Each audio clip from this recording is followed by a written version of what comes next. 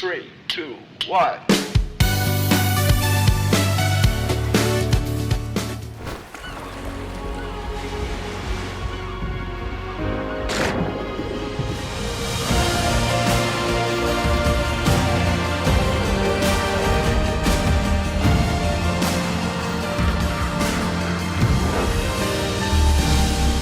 Welcome to I am Onion。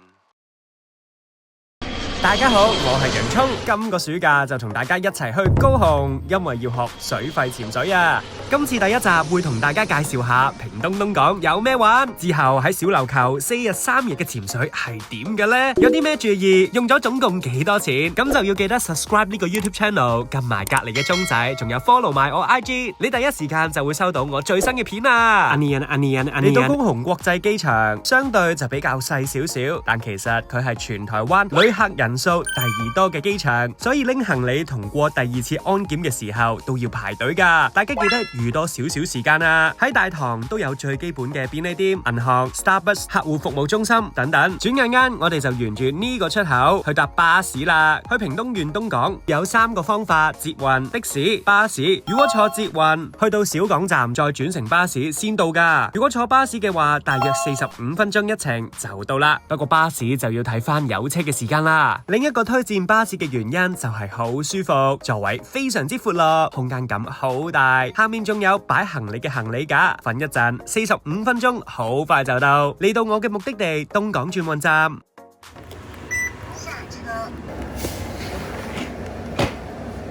好，同大家報個時先，而家時間係2點39分。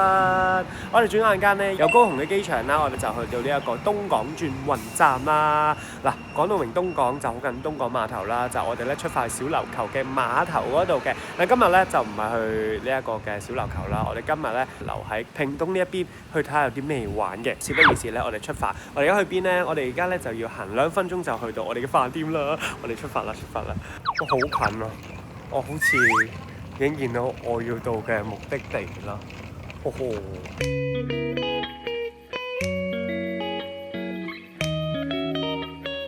如果你同我一樣會喺東港留1日，就推薦你住呢間遇見秘境。佢係一間2020年新開嘅民宿，一入到去佢採取咗木色同白色嘅設計，好大自然嘅感覺。樓底亦都極高，亦都分為客廳同房嘅部分，有1大張嘅工作台，仲有唔少嘅設施。今次呢張床仲要係 king size 啊，窗都仲要有2個啊。當然唔少得佢哋露台嘅部分啦，露台就望翻園區景。廁所部分乾濕分離，一樣用木同大磚嘅設計，雖然係企缸，但非常之舒服。嚟到屏東縣嘅東港呢一度嘅第一站，我哋咧就即刻嚟到華僑市場呢一度啊！因為華僑市場呢一度咧，其實係極近東港碼頭啦，就係大家去小琉球嘅地方啦。其實隔離，正正係隔離啫，我諗有10米到啦嚇。呢個市場咧就係食我好中意食嘅刺身啦、壽司一啲海產類嘅嘢，因為近海啊嘛。咁所以我哋咧即刻去睇下嗱，必定要嚟嘅第一個景點啊！我哋行啦。哇！嗱，佢呢個市場嘅話咧，其實都幾多唔同種類嘢食，有啲炸物啊，有啲唔同嘅一啲嘅蚵仔煎啊、蝦仁煎咁啦。我暫時未見到海產類，我哋過去睇下先。係好多呢度。哇！呢個好靚喎，還有這個。這也是500，這300的。好的，都 OK 嘅，500。即係都要100零蚊，咁你話好貴唔算，但係你話好平亦都唔係咯。我哋再睇下咩先。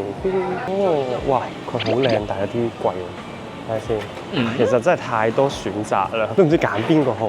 我決定揀啲多人嘅，同埋咧我嘅策略咧就係唔好揀啲佢哋擺室溫嘅，因為擺室溫根本就即係好易壞嘅。其實咧，我想講而家高雄咧好熱咯，但係我都覺得香港熱啲，香港真係太熱，香港焗嗰隻熱咯。呢一個價錢就會平啲咯。三文魚嘅話就係200蚊，都幾抵喎。我買三文魚先，食多個蝦都好喎，叫多個蝦咗我哋。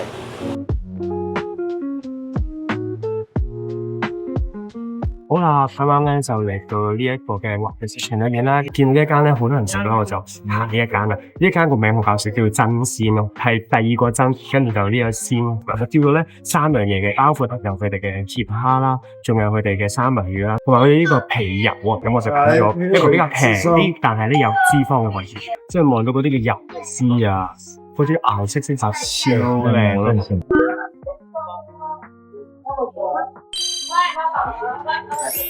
又好好味，真係好好味。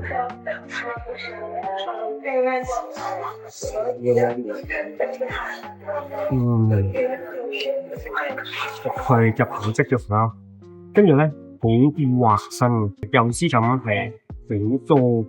好，我哋試下個包。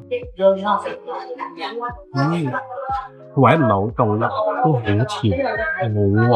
我哋睇呢個地油啊，好正啊！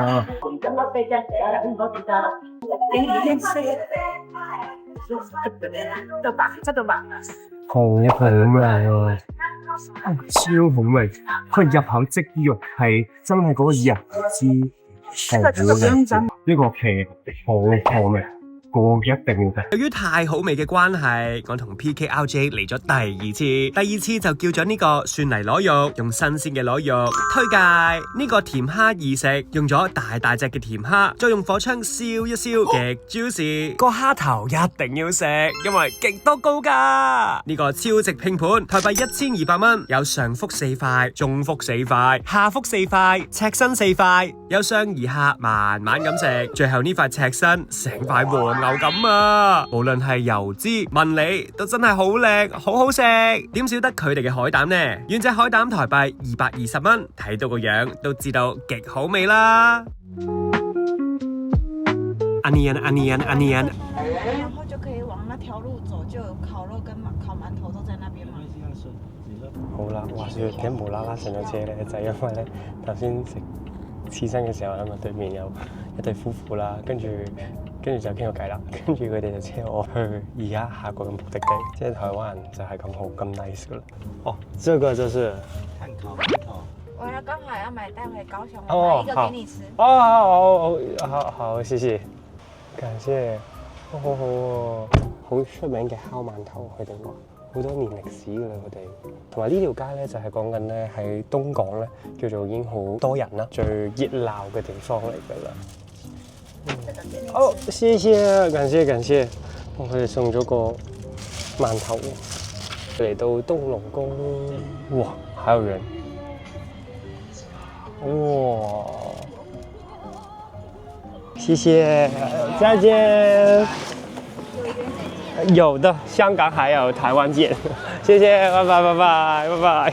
好啦，我哋過馬路啦，好 nice 啊佢哋，咁樣就認識咗個台灣人啦，各位，我哋交換咗 IG 添。夜晚都開嘅景點咧，其實喺東港真係唔多嘅。呢個嘅東龍宮咧，聽說係真係可以拜下行下咧。咁我哋就喺夜晚嘅時候嚟下啦。喺前面嘅位置咧，其實你會見到一個咧金碧輝煌啊嘅門牌咁樣啦。咁啊點解咧？嗱，再講埋啦，點無啦啦喺咁多人講英文咧？其實好搞笑喎，側邊啦呢度，佢突然間咧有個 mon 啦。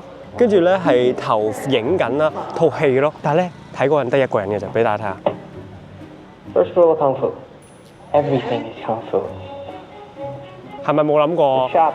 即係嚟到寺廟咁多人講英文咧，東龍宮咧就係一個神級嘅一個嘅寺廟。點解咁講咧？首先第一樣嘢就係我哋啱啱喺門面行過嘅，就係呢一個。呢度用咗足大約300萬張金箔，純度高達98.6% 嘅24K 純金箔。重點係師傅用手工一塊一塊咁樣貼喺呢啲木雕同埋人物上面，極考功夫㗎。用咗高達大約台幣8000幾萬。好搞笑喎！佢有埋 IG 嘅，睇下。我哋入鄉隨俗，入到人哋屋企就拜兩拜先啦。而東港東龍宮係南台灣極具代表性嘅寺廟，當中東港迎王平安祭典係台灣極具影響力嘅國家級重要民族文化資產，就好似農曆新年咁樣，當地人無論幾忙都好，一定會翻去呢一度參與呢個嘅活動啊！當中最出名就係陸上行舟，打造咗一隻極為精緻、造價數百萬嘅實木黃船，喺東港鎮嘅街頭上進行千船曉景，就好似陸上行舟嘅景象咁樣。祭典嘅最後一日深夜就會進行燒黃船，就係祭典嘅高潮。黃船會喺海灘上面順住搭住嘅錢同天父一同焚燒，象徵千歲爺順風而行，將瘟疫同埋厄運帶嚟人間。每3年先舉辦一次，大家記得抹定時間去啊！Onion。第二朝朝頭早嘅時候，我哋就去到遇見秘境嘅餐廳，遇見蔬食，選用咗當地新鮮嘅蔬菜，仲有唔同嘅肉等等嘅材料。今次就叫咗台灣好出名嘅蛋餅，見到佢個滑蛋同芝士融合埋一齊，側邊仲包含埋生果果凍。野飲方面就喺出邊自助拎，成個環境都好乾淨簡約。酒店大堂嘅部分仲有一大個極透光嘅 common area， 中意嘅話可以同你嘅朋友喺度食下飯傾下偈，或者認識下新嘅朋友都得噶。有興趣就推薦你可以試下呢間遇見秘境。